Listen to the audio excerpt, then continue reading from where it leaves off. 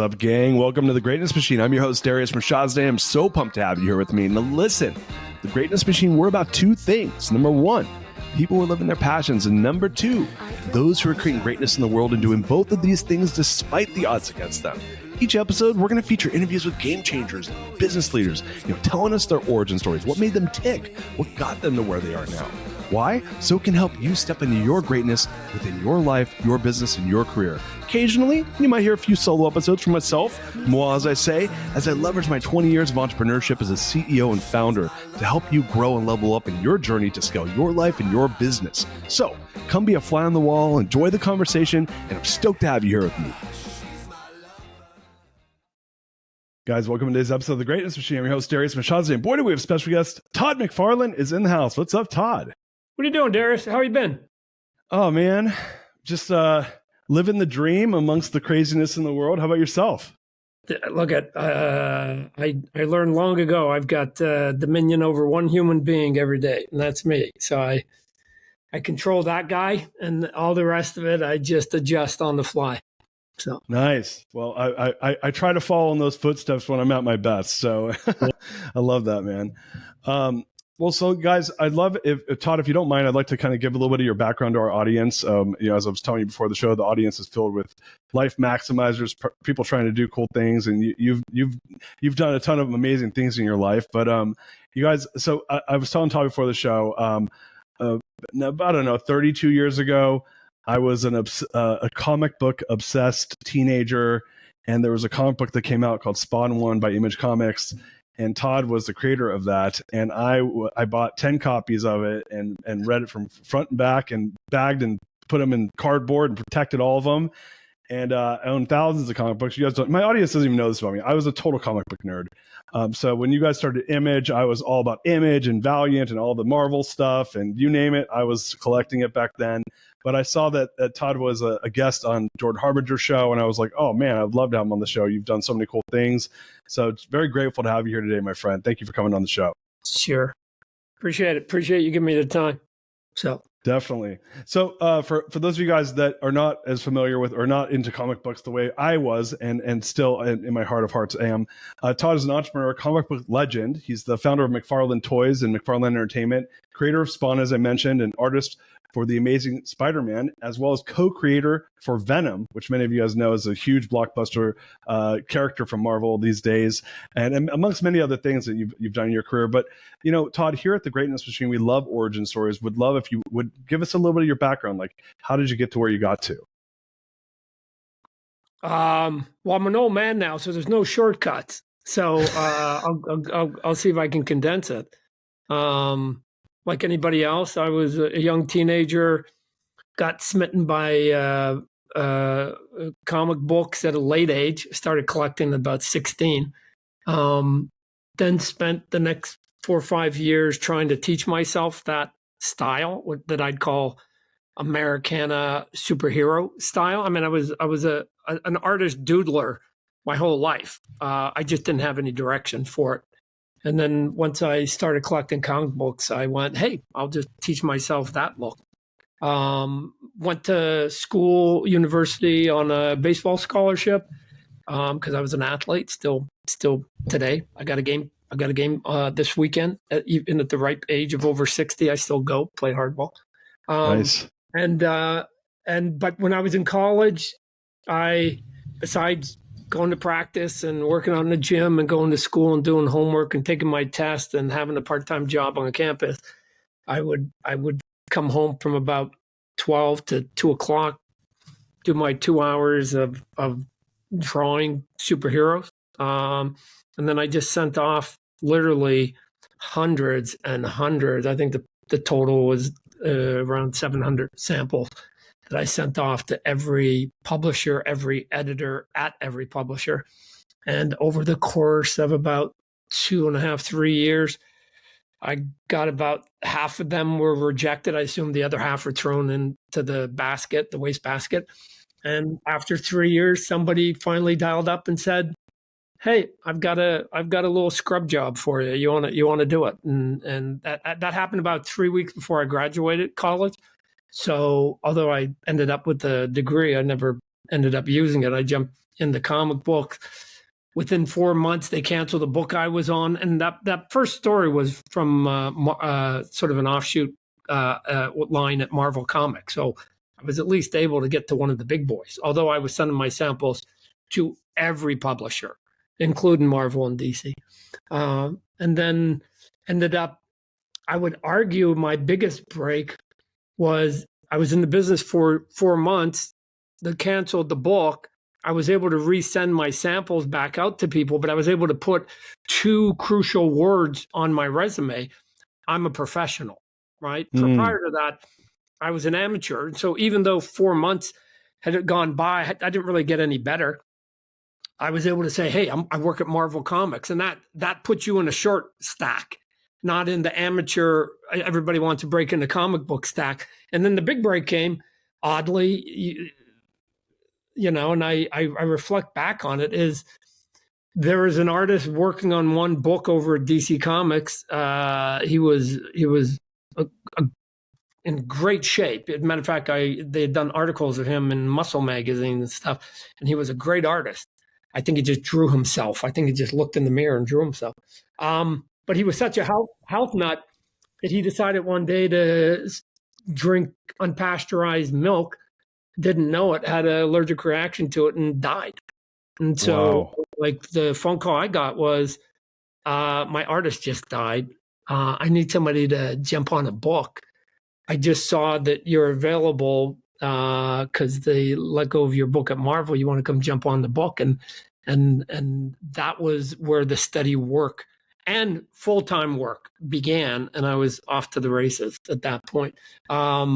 You prove your salt, which is, I would argue, more than skill. It's that you can get the books in on time, because comic book companies, especially Marvel and DC, are deadline driven, right? They're monthly books that come out, and if you can get them done, you climb up the rank and file. So they were paying me to get the books done because I was fast and I was getting better. And then eventually the promotions, if you weren't really money.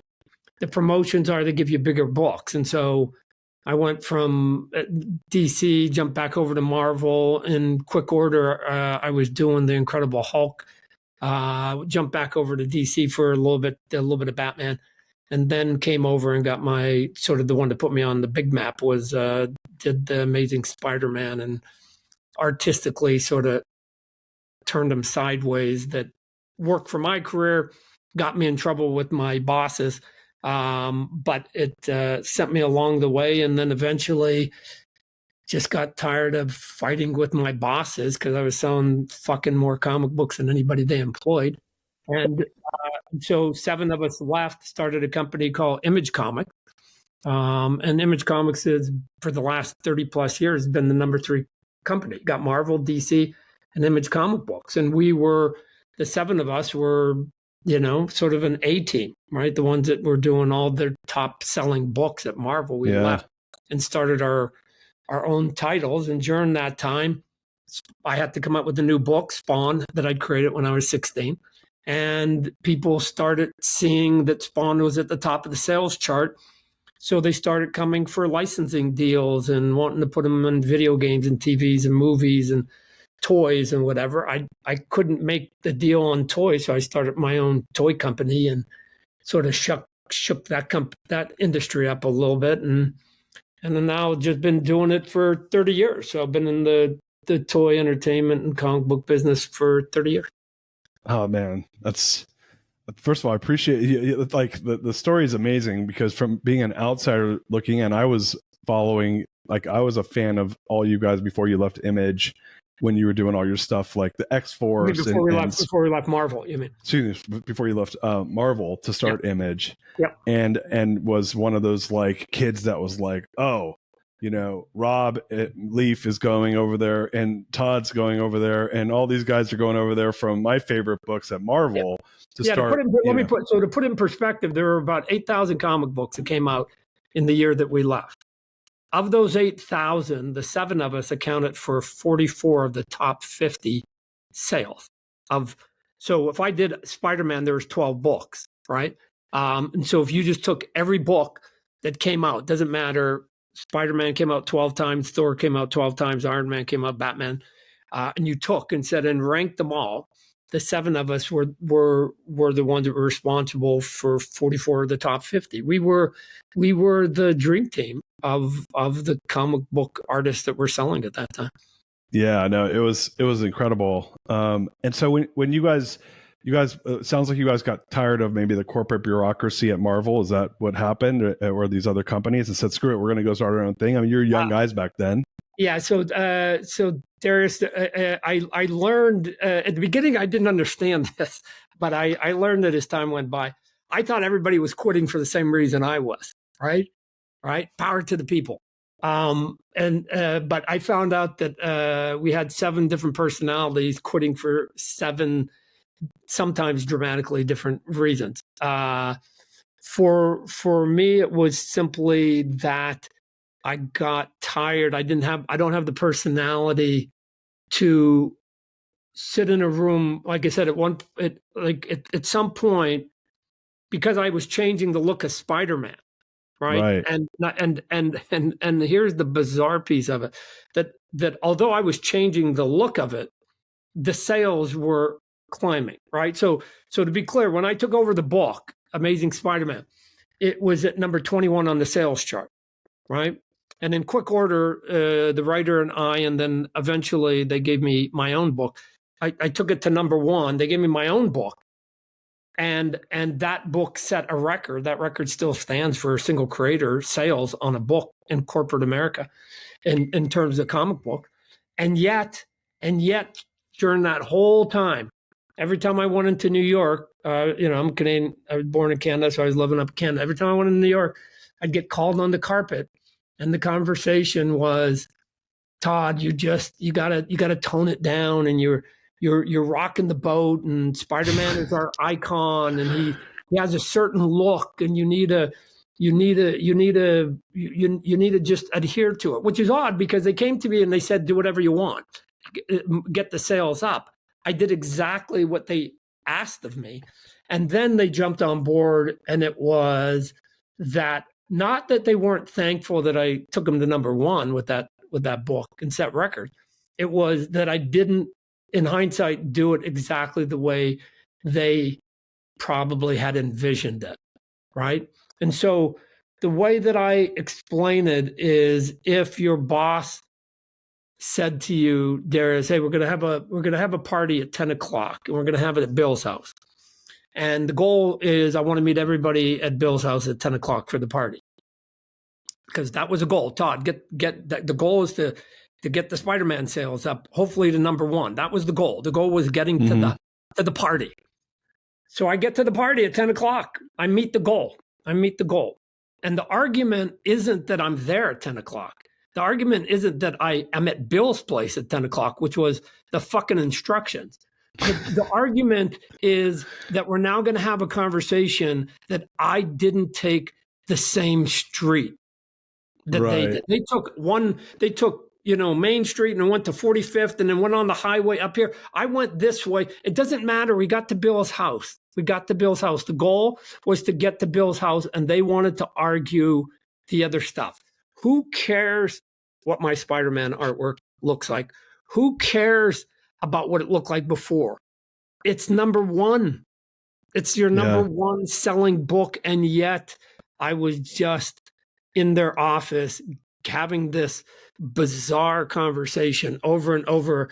And I just got exhausted. I just go, I'm done. I can't, where I come from in Canada, I don't know. America is a little bit different. Somebody does you a favor, you say thank you, not fuck you. Right. And so usually you tip your hat and you say, hey, and you look at everybody else and say, why can't you do what Todd's doing?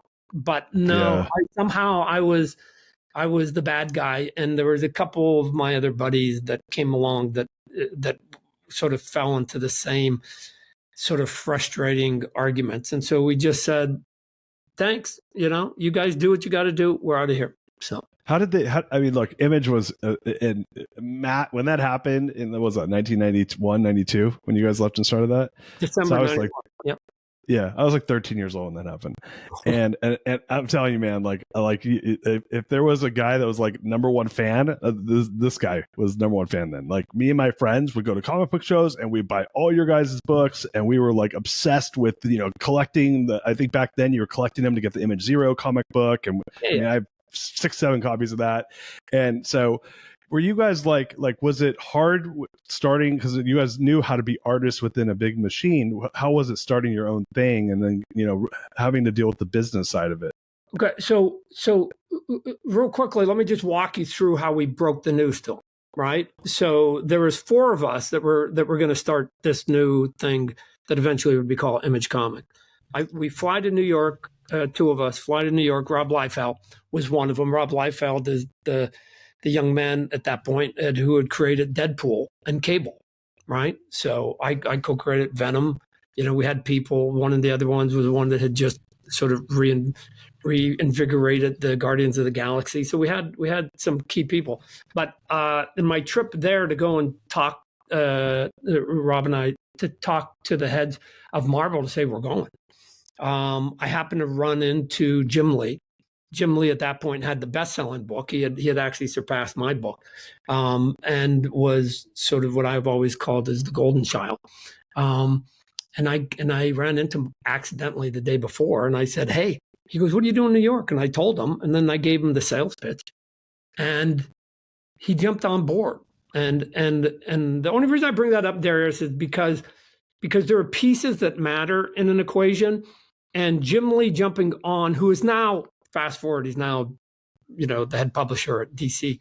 But the reason it mattered is because Rob Liefeld and myself and Eric Larson, that were 3 of the 4, we were sort of the bad boys, right? Those guys you just like, almost like good riddance. Like by the time you left, because we were always the one that they were always like, you shouldn't be doing this, and we just kept doing it. I mean, they told me not to draw Spider-Man a certain way every time, and I ignored it. I said yes, but then I ignored it when I walked out, because I knew that the readers were digging it. So I go, and they only sort of look at it every 90 days. So by that point, I'll have another 90 days of the charts going up, right? But Jim Lee was like the choir boy, and and I go, if we can get Jim, I mean, to me that was like a thunderbolt. And then on the way back, I'm going, wow, we got Jim Lee. We're gonna kill it. Mark Silvestri, who was doing Wolverine at that time, happened to be staying at the same hotel. It's 11 o'clock at night. I give him the sales pitch. By the morning, he's on board. And all of a sudden, I land in New York with 4 of us. And before I go to that meeting, there's 7. There's 7 of us. Cool. Because Jim Lee brought on another guy who was doing another one of his books, Los Portacio. So we go up into Marvel, and it was Rob Liefeld, Jim Lee, myself, and my wife was there.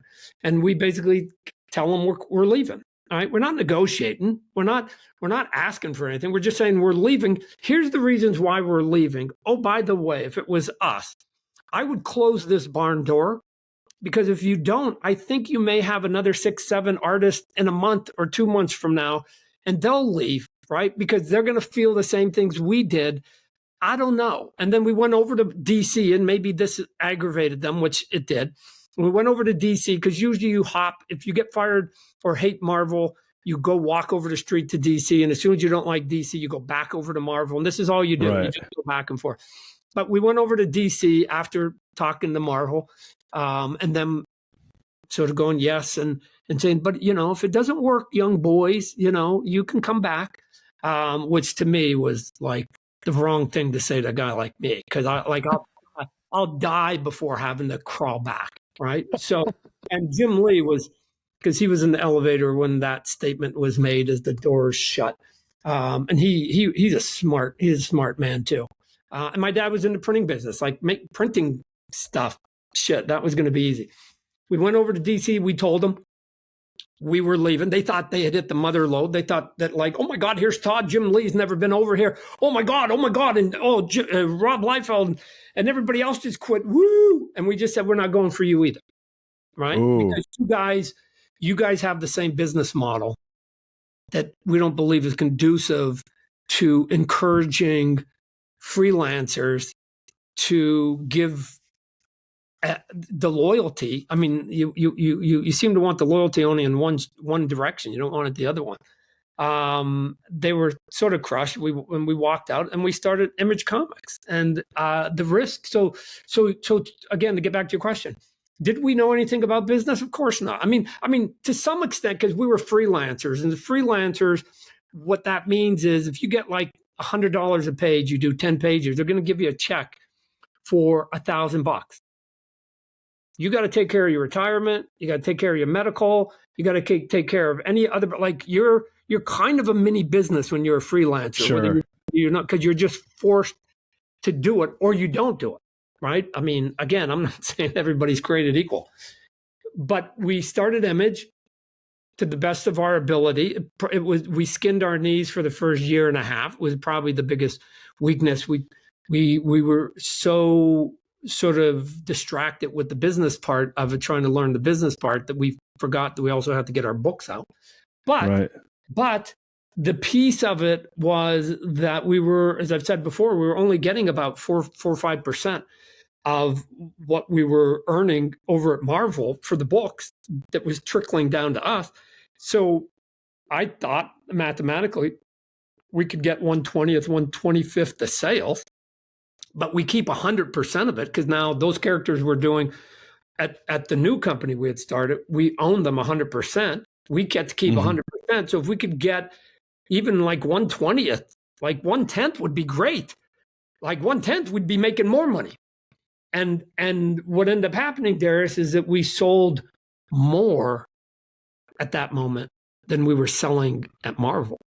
So we didn't go from here down to 1/20th. We went from here to here, and we got to keep all of it. We got to keep all of it, and we were off to the races. That was it. No, there was no, not, for a guy like me. There's no looking back. Let me just say, of the 7 of us, I'm the only one that hasn't done a single page for Marvel and DC since, unless it included Spawn. Unless it included, I've not done. So wow, so Todd, so you guys, I know you're saying a lot of these guys, would go back, but you have been a person that's lived your word, said I would never go back there. You left, you guys started your own thing. Is it like I'm militant, dude. So yeah. You're hardcore. You're a man of conviction. Oh. Let me ask a question, because at that time, like, obviously it felt like when you guys made that move, and obviously Image was a massive success. You guys were on MTV. I mean, it was like a cultural phenomenon. And being a young teenager at the time, I was all in on it. How did Marvel react to you guys making that? Like, you became probably their biggest competitor next to DC. Yeah. So I would say that the reaction to both Marvel and DC, they were the two that had the most to lose, right? Which was basically talent drain, right? That one, they couldn't basically acknowledge that we were that important, because again, it would set sort of a bad precedent for all the other talent that was there. They tried to sort of say, the characters are more important than the creators, don't worry about it. But what they did do, and just so you know, the stock, Marvel stock, was public at that time. The stock took a dive when the word got out that we had left, right? Because like people could understand, hey, your top sellers have just walked out the door.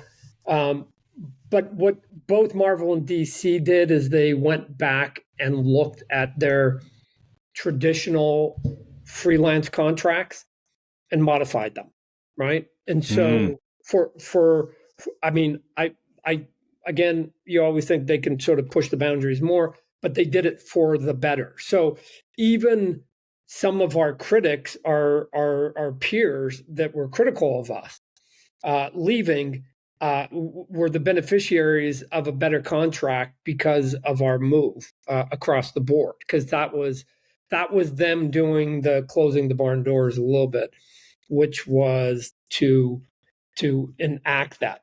Let me say that I said earlier, we went and broke the news that we were leaving at Marvel and went over to DC, and they were all excited. I remember being in this room with myself and Jim Lee, and there was probably about 15, 20 executives at DC in this one. And when I said, we're not here to work for you, and they were like super unimpressed with that. And they were like, why would you come here just to rub our nose in it? Yeah, And yeah. Why did you? I'm curious. I thought you were going there to like try to do a deal with them. Why did you guys go? No, because we're not here to rub. We're not here to rub your nose in it. We're here to give you and tell you the same thing that we told Marvel, because it's applicable to your freelancers too. We're actually doing you a favor. Wow. Although right now in your emotional state, you don't see it as such. We're telling you why we're leaving, and some of the, like, this is just, if I was you too, I'd close your barn doors too. Marvel's going to hopefully do that, but I'd close yours too. And I remember with clarity, Darius, that like there were just moments that just will never leave you. And one of them was somebody in that room saying, well, Todd, well, we just came out with a new how to better the freelancer's life sort of memorandum. And you have you read that yet or whatever? And I'm like, no, actually, I have read it. Right, I've read it. I just one question though. When you were writing this piece of paper, your corporate piece of paper, to say what is so wonderful and be great for the freelance community, let me just ask one simple question. Did you ask one fucking freelancer what that about that question? And what did he say? The room was silent. Look, sometimes you get your biggest answers during pregnant pauses. And I go, and so they pregnant pause, and it's like, that's why we're leaving, because you guys are so blind that you're going to write something that is so good for us peasants. And at no time did you ever think to ask a single peasant. And the thing is, here's the thing that you guys don't even comprehend about us. You don't even have to really listen. You have to just humor us. Bring us in the room. Not me, anybody. There's thousands of creative people. Bring us, some of us in the room. Let us chit chat. Pretend you're interested. And when we walk out the room and you close the door, roll your eyes and make fun of us and don't do a damn thing. Right? But at least a humor that you were at least paying attention to us a little bit. But you couldn't even dignify yourself to that level. Right? It was like, nah, we'll just tell the peasants how it's going to be done, and then we'll just send them the document. Like, to me, and again, everybody else had a different reaction to it. To my personality, it was insulting. That's why for me overall, I was leaving. I was just leaving amongst 100 other sort of straws that eventually broke my camel's back. I just go, I'm out, guys. I can't do this anymore. I can't. You go find somebody else. The name's Tucker, not Sucker, right? So you got to get somebody else. And I had never contemplated in my time at Marvel taking out this character that I had created when I was 16 years old called Spawn.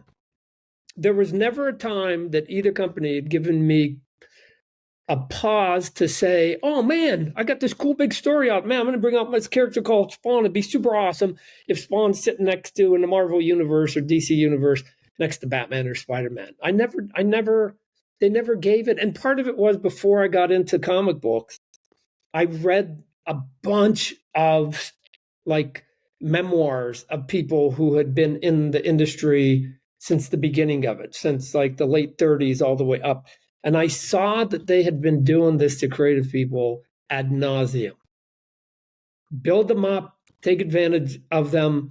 I mean, again, they're paying us, so again, it's not completely one-sided. We're making a living, and then when you're done with them, just move them to the side. I had plenty of peer friends that were older that basically lost their career because one day some executive editor just decided they didn't draw fancy enough for the new crowd of readers. Done. Your career's out. No warning, no anything. And I read those stories so much that the day I went into Marvel, even as a young kid at 22, 23, I went in with my eyes completely wide open. Wow. And I said, if they can do it to some of the legends of our industry, they'll do it to me and to everybody else. So I was acutely aware of, you better start thinking about a plan B at some point, or have a plan B. And Was the answer was, at the beginning was, if they're going to take advantage of me, I need to figure out a way to take equal advantage of them. And the way to take equal advantage of them was, can I get on one of their big books with their high profile characters? Because it will give me a platform, at least for my career, that I otherwise couldn't get sort of on my own. So that if I ever had to leave, then at least I'd be a known quantity instead of an unknown one. And we could hit the ground running, which is what happened in 1992 when we started Image Comics. so so it sounds like you went, and I mean, obviously you sent hundreds of samples out to folks to try to get a gig, but you're saying like Yeah. at the very beginning, right?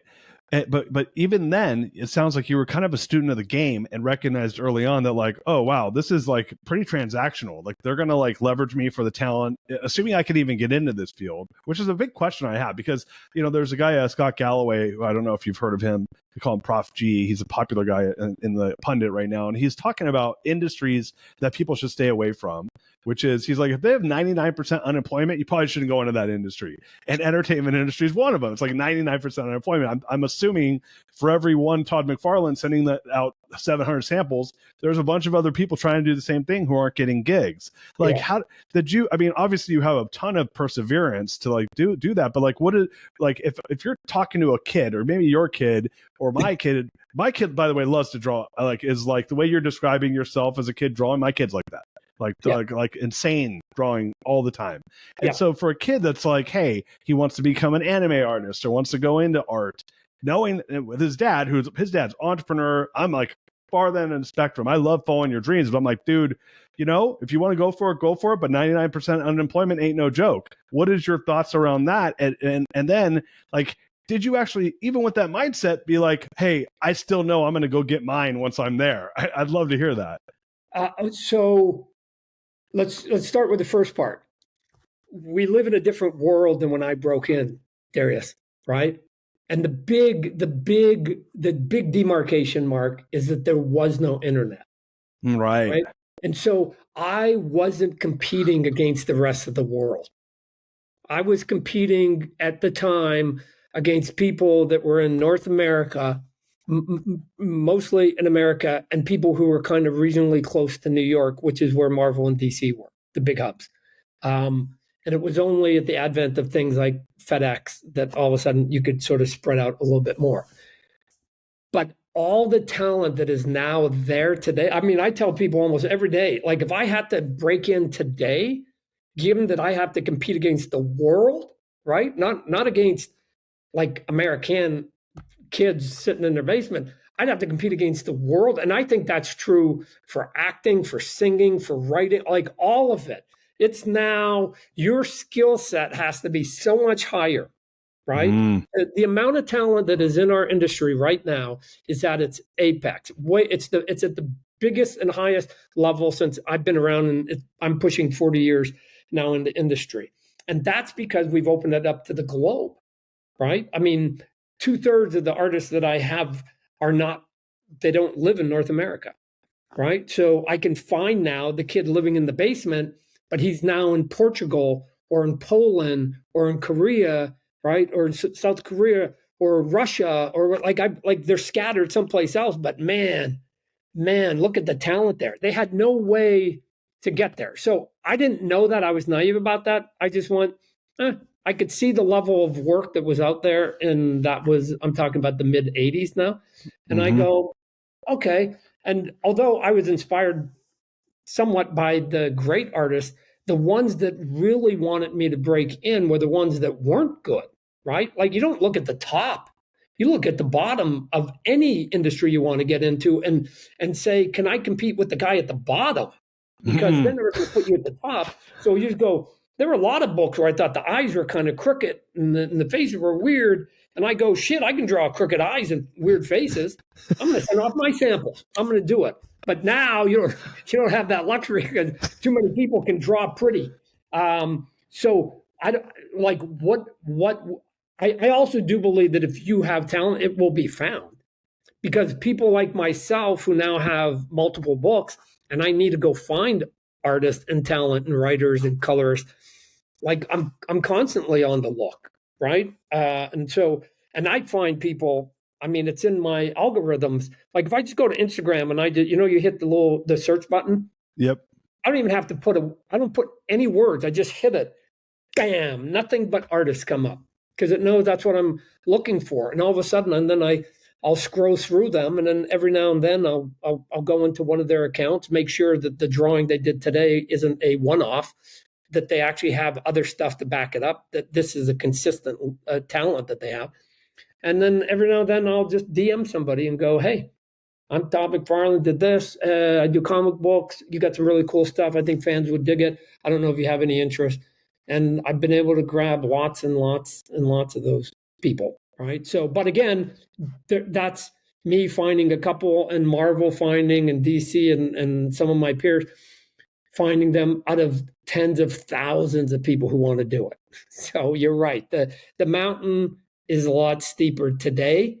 I don't know if my perseverance would have gotten me there, because I didn't have the skill set when I first broke in. But I had the determination and the speed in an industry that basically needs speed, because they're on deadlines. So I don't know. In all honesty, if my own son was doing it, I don't know how much I could actually guide him to get into it, like where the shortcuts are. I think it's a question to be asked about a lot of industries right now, right? Where do you spend time, Darius, of encouraging your children to be stubborn and be determined and do all that? But at what point do you say also you have to be realistic and it's time to move on?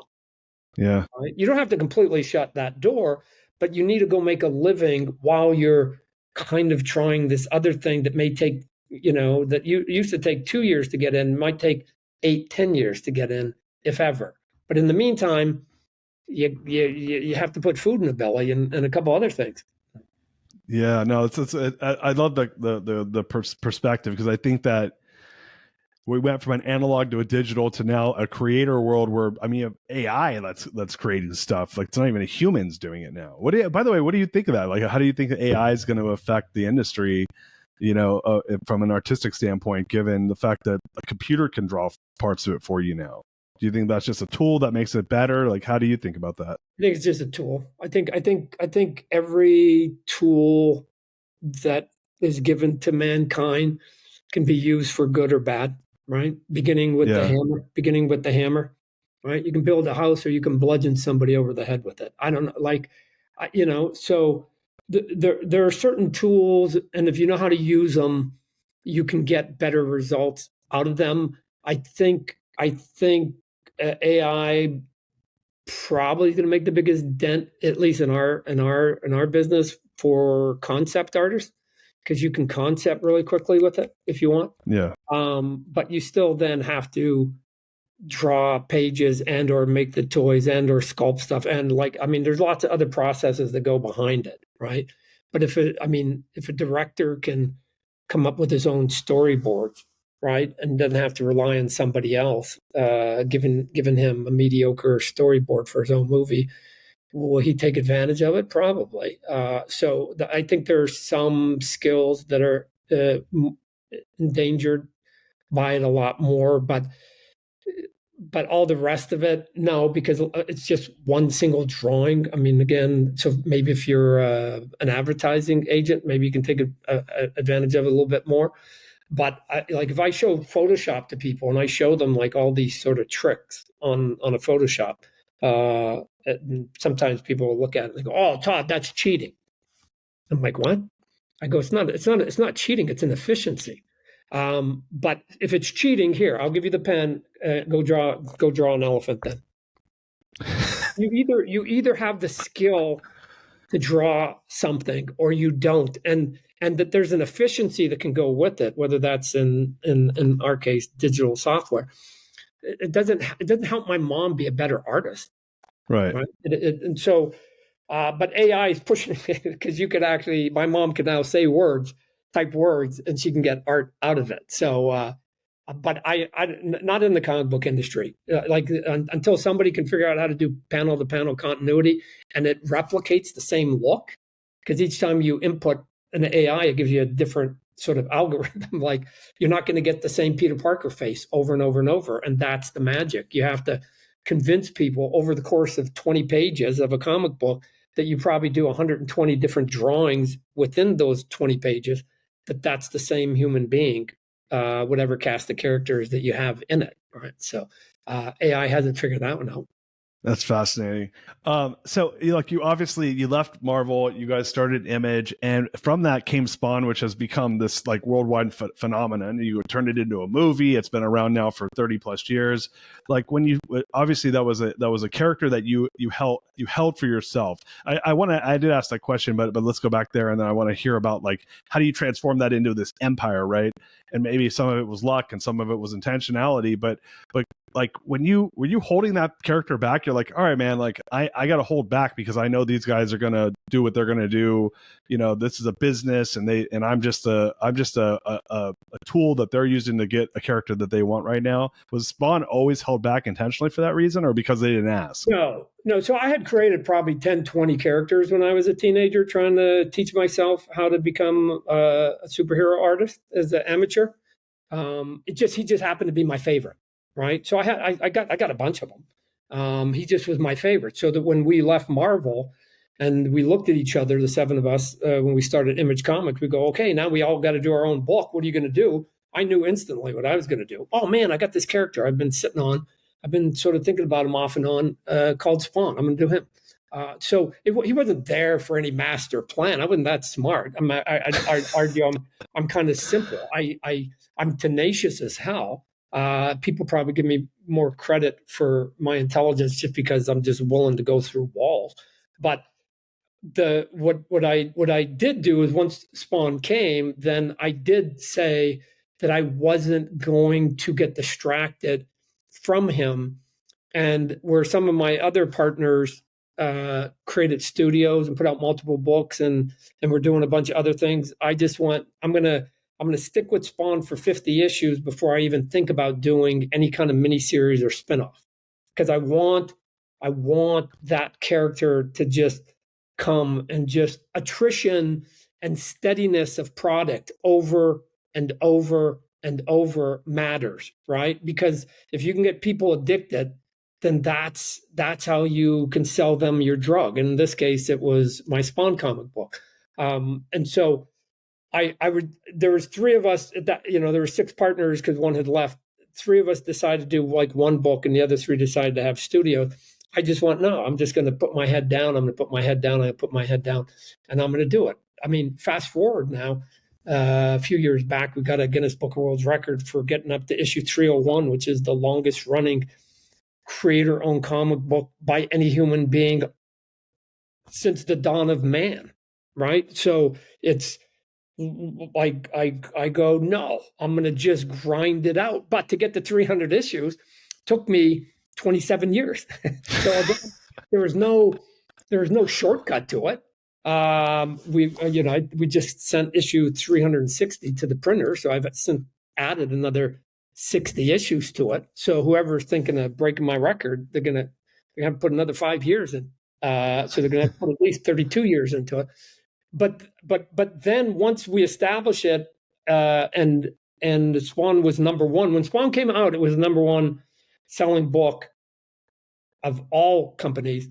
And again, because I owned it, I was one dealing with people coming at me. And so in quick order, we did the TV show and the movie, some video games, and then I also wanted to do toys, which is where I started the toy company because I couldn't figure out a deal with any of the existing toy companies because I thought that the existing toy companies were going to do traditional product and sell it in traditional ways. And I go, no, I've created something that's non-traditional. And I think we have to like create it differently before we take it out to market. Otherwise, it's not going to work. So Todd, in business and in life, what I've found, I've now been, I'm 46 years old. I'm still a young enough man where I'm young, but an old enough man where I've seen enough. And I've noticed with a lot of folks, and you're another example, is that people that have really done extraordinary things, at least from my observation, have tended to stick to their knitting, really get focused on one thing and become extraordinary at it. What is your belief around this? Because I think a lot of this world today, especially, I see a lot of people jumping around, trying many things, trying to be great at everything. And in my observation is the people that I know that have done the best, they've really gone deep on one thing and become just world renowned at that one thing. How do you feel about that? I think there's a value in it. Because if you bounce around, it's hard for people to catch you. And if you just stay in one spot, I understand people might not like what you do, but there's something about just being there all the time, right? That old man that sits on the corner of the park bench, right? Eventually you see him after a while and you go, man, go sit and go like, why you been here for 3? Like there's something about longevity. As a matter of fact, the great thing about longevity is that it basically allows you to have off days skill-wise. Because for you, if you've had your show for 15 years and you've built your audience, every show doesn't have to be super awesome anymore because the body of your work will basically do the talking for you. And if you have an off day, your crowd will go, that's okay. He's giving me 1,000 other super cool interviews. I'm awesome with it. Where when you're early in the gig, everything matters because it's all building part of that career. So you get sort of super hyper sort of tension. I have this conversation with my peers all the time, especially those that I think have climbed the mountain. I go, what drawing could you do of Batman that would get your fans to stop liking you after 25 years? What is it? I could ask the same question to me. What single drawing, what single book could I put out? What cover could I do that people will go, that's it. Todd's given me 40 good years, but he had an off day. No, I'm out. And instead, it becomes more like a baseball player. Hank Aaron hit the most home runs and had the most RBIs, and he's a Hall of Famer, but he had 0 for 4 days along the way. But people were looking at his overall contribution as a player to what they liked about him, not the little tiny stuff. And when you're small and you go, okay, I'm going to do something business-wise, it's only be this long, fuck, it better be good in between there. It better be good. You can't have an off day, right? But you do something for 10, 20, 30 years, you create brands, right? Spawn will live beyond my lifetime. That's the victory, to create things that will outlast you. If you're doing short little bites, then you're the pilot and conductor of all of it, and it's going to go to the grave with you. No. Can you create your, and I'm going to use big examples here, can you create your Mickey Mouses that outlive Disney, right? Star Wars going to outlive Lucas, right? Like those were guys I looked at and I go, what's the tiny microscopic version of that I can emulate a little bit? And I've told people before, if somebody walks up to you at Marvel and says, hey, Darius, I'm going to give you the copyright to Spider-Man. Here's my recommendation as your dad. Take it and fucking run as fast as you can because they might change their mind. Do not ask about Iron Man and Hulk in that moment because Spider-Man in and of itself will make a great living for you. You can worry about adding on once you're out the door and you're off on your own corner. Like, you don't have to have everything. You don't have to have everything. You have to have one good trick. And if you're really good at that one good trick, shoot, you can make a career out of that. And oh, by the way, if you're good at that one good trick, lots of opportunities come knocking. I promise you that you're going to have chances to create way, way more than just one. I love that, man. Todd, wow, what a lot of ups and downs in this episode with our tech, but man, what an amazing amount of content and so much greatness coming from you. Can I add one thing, Darius, to us? is Yeah, that no, please, yeah. I have gone against giants my whole life, right? In the comic book business, I go against Marvel and DC, right? Marvel and DC are owned by Warner Brothers, who's owned by AT&T, and Marvel's owned by Disney. These are billion-dollar empires, right? And on the toy front, my toys sometimes sit right next to their toys at Walmart, right? I'm never going to slay the giant, right? But the question should be like, how come the giant can't slay me, right? And the answer simply is because I'm small and nimble, right? Their blessing and their curse is their size. My blessing and my curse is my size. And sometimes it's an advantage. And so when I go against the giants, I am not trying to beat them at their own game. They have too much time, effort, money. I can't beat it. I'm always looking at the big boys going, what are they not doing either good or what are they just not doing because they're a bit blind to it? And on the toy front, it was easy. They were trying to sell to 6-year-olds. And I go, I'll sell to 16 because they don't sell there. And they leave the giants when they stand next to each other, they leave gaps. And I'm not looking to go head on with the giants. I'm looking for the gaps to go into to say, what are they not servicing right now? Oh, you know what? I'll go out there and I'll try and service it myself. Oh, to get back to your previous question, what would I recommend to some of my kids? There's also the great thing about the internet, besides the downsides that exposes so many people, is that you can now go direct to consumer. You can cut out the middleman. It used to be if you had a toy and you built a toy, if you didn't have Sears or Kmart or Walmart or Toys R Us put it on the shelf, you were dead. You were dead. It's not true anymore. If you got the money and you can go manufacture it, then you can now sell it direct on your website, right? That's the place where at times you can level the playing field, and you can beat them at their own game, and they don't get to basically control everything that now is available to the audience anymore, right? Game on, game on. I love that, man. It's like there's a lot of like punk rock coming from you, a lot of rebelliousness against the system, but it's awesome. I mean, like you've done. I mean, I think there's a lot of wisdom there around not beating people at their own game or not beating them at their own game, but kind of going in between, like going where there's negative space. So it's really I would tell you as an entrepreneur, like I'm thinking of myself, and I'm in private equity. I'm doing some pretty interesting and disruptive things in my world, and I'm like, oh yeah, that's exactly how I'm thinking about it. So I love hearing that. It reinforces some of the things I'm doing in my own life. So I appreciate what you're saying. Let me just also say the one thing that I think matters here is personality, right? I can get up on a stage and I can give the hallelujah speech to 100 people, but I know now at my advanced stage that I'm only talking about 5 people in that crowd, right? You have to have a personality that is just fearless, and a little bit delusional. That kind of goes with the fearless, that you never think you're going to die, right?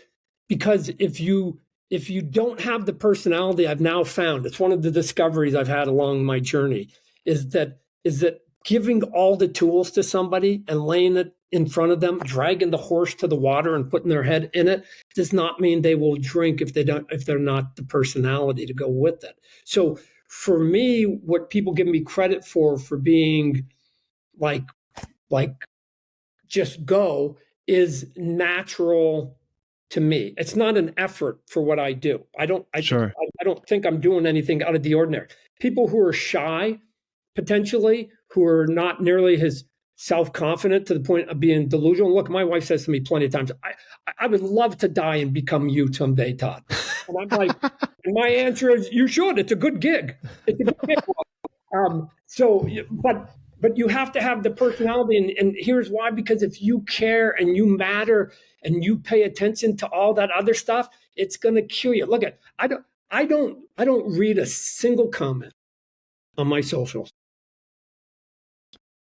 Wow. Why? Because I don't care.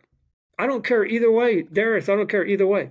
If you hate it, that's the book, that's the cover, that's what I'm gotten, that's what I'm putting out. That's my toy. I've just showed you the toy. I hate it.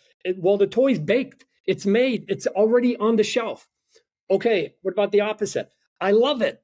It doesn't matter if you love it either, because that's the toy. It's on the shelf. It's already baked. I can't change it whether you love it or you hate it. So I don't pay attention to any of it. All I can do is put out the best thing I can, give it to you, give you the information, the price, where it's at, when you can get it, be as transparent as possible. And then, name's Todd, only rhymes with God. I let you make the decision on whether you want to take that home one way or the other. And you don't even have to write an email, because sales data is going to give me my answer anyways.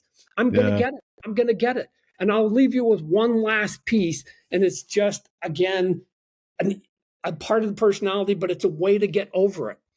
If I put out a product, Darius, tomorrow, and every single human being that follows me on any social channel or has ever followed me in any of my career, and they all love it, they all love it. And I take that number, a couple million people maybe, I don't know, and I divide it by the number of people on this planet, which is 8 billion. And I do the math, 2 million divided by 8 billion. And I take that fucking fraction and I round it to the closest whole number. You know what the number is, Darius? It's zero. It is zero. And so if everybody hates me and the product I do, and I do the math, I'm a zero today. And if everybody, I do it, but the opposite happens, everybody loves it today, I'm a zero. And here's why that matters for a guy like me, and it should matter to other people. Once you accept that you don't matter, it's the best time to be fearless, because it doesn't matter. On your best day, you're a zero, and on your worst day, you're a zero. So why don't you do what you personally enjoy and gives you your passion? Do that and stop listening to everybody else. Do that, because at the end of the day, unless you're Michael Jordan or Muhammad Ali or somebody, I don't know, then you're maybe a 2%er, but like the rest of us are zeros. That should be liberating. That should be liberating. I love it, man. I was going to ask you the greatness question, but I think you just answered it right now. It's really like that when it's all said and done, for 99.99% of the population, what we do really only matters to us and a select few people. So go out there and just live your life the way you want to live it. I mean, that's essentially what I just heard you say. Yeah. But yeah, just like you've got one lifetime, you got 80 years, and then that's it. And the world's going to move on. Yeah. Right. Even if you ascend to the top and you think that that's all that matters, it's relatively short, right? Like I can turn to my 3 children, they're between the ages of 20 and 33, and I can say Bob Hope. Yeah. They'll look at it, well. And Bob Hope in his day was at the top of the mountain. He was at the top of his game. So even him, he put in all that effort, won all those awards, became one of the greatest entertainers. And 50 years after his death, like Mike, like who? Like that's us too. So just enjoy yourself, right? Come on, you got one trip at this thing. Enjoy it. I love that, man. It was funny. I had an experience where I was talking to somebody, some kid. There was a kid that was 23 years old. I'm talking to some friends, and I mentioned the name Eddie Van Halen, and everyone knew I was talking about because they were like in their 40s and 50s. And I look at him, and I could tell he had no clue who I was talking about. And I said, "Hey, you don't know who Eddie Van Halen is, do you?" And he's like, "Someday, no. I'll get back on. I'll give you my Eddie stories when I was doing a music video with them." But I don't know. I just, like I said, the one thing that I will not do is I will not advocate for a young person if they are shy themselves. I won't do it. If you don't give a damn, why should I? Yeah. So you advocate for yourself first. You show me you care. You show me you have the fire in your belly, and I'll be your biggest cheerleader and I'll help you. But if you think that my job is to drag you across the finish line against your will to some extent, no. Yeah. So that's the problem. When I'm talking to a group of people, I just like, most people are like doubting themselves. Come on, man. You can't have that as part of it. That's the personality. And you can't care what other people care about you. I've said before, I can break it down to one question. of whether you're built to be an entrepreneur. One question. What's that? Have you ever been the first person on a dance floor? And if the answer is no, you might not be built for it. Because the reason you've never been the first person on the dance floor, and I know you've gone to dance floors, and I know you've gone to places where they have dancing, the reason you weren't the first one is because you gave a shit what other people thought in that room, which is bizarre given that they're strangers, but you gave power to the people in the room who were strangers. And you know who's the first person up on the dance floor? The person who doesn't care. Yeah. That came to dance regardless of who was in the room. Yeah. You want to wait till there's 50 people on the floor because then it'd be easier so that nobody will see you, so nobody will judge you. Then you might not be built to be an entrepreneur. Yeah. Well, you'll be happy to know I'm generally the first person on the dance floor, my friend, and I'm sure you are too. And I'm bad, and I'm horrible, and I don't give a shit. So. Todd, man, thank you so much for coming on. Where can people learn more about your work? Where's the best place to find all the things Todd McFarlane? We're on the normal socials, right? So if you go and look on the normal social channels on Facebook and Instagram and Twitter and stuff, and then we have a website if you go to mcfarlane.com or spawn.com. But we're usually hiding around the corner someplace though. Awesome. Yep.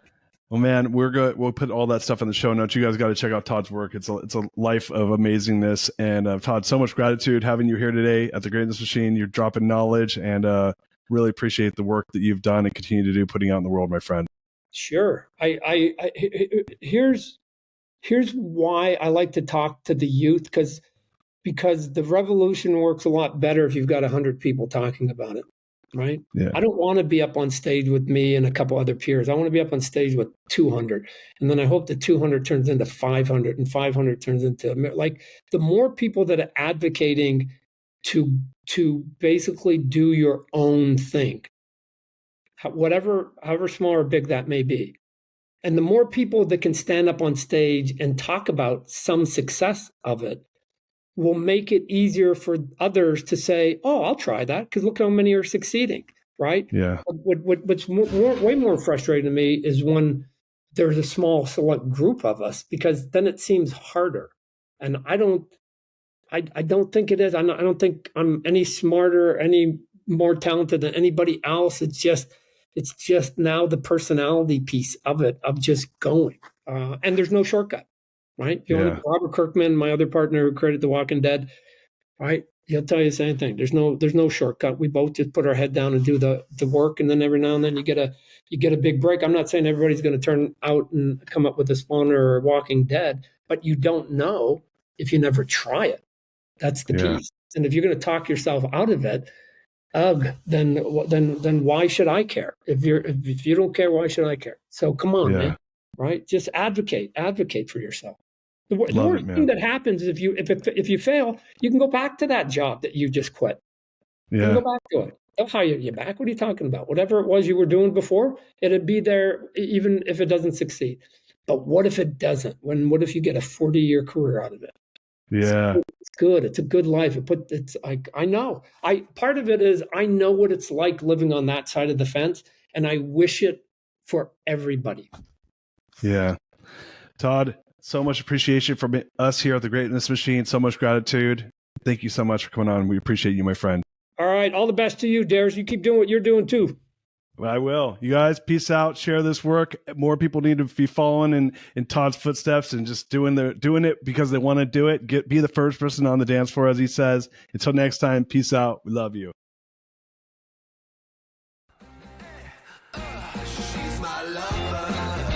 You are listening to The Greatness Machine, and that's a wrap for today. Listen, if you love what you heard, subscribe to the show on whatever podcast platform that you're tuning in on, so that you don't miss any of our future episodes. We have tons of great people coming on, and we're stoked to have you here to enjoy it with us.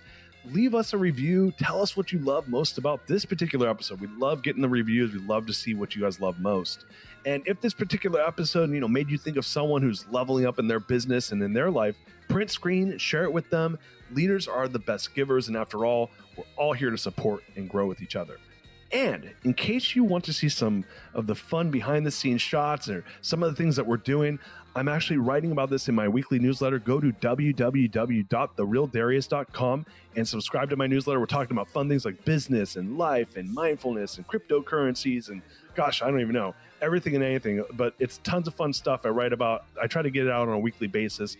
You can subscribe at www.therealdarius.com. And with that said, look, thank you guys so much. I appreciate you. I love you. Peace. We're out of here. See you guys on the next one. She's my lover.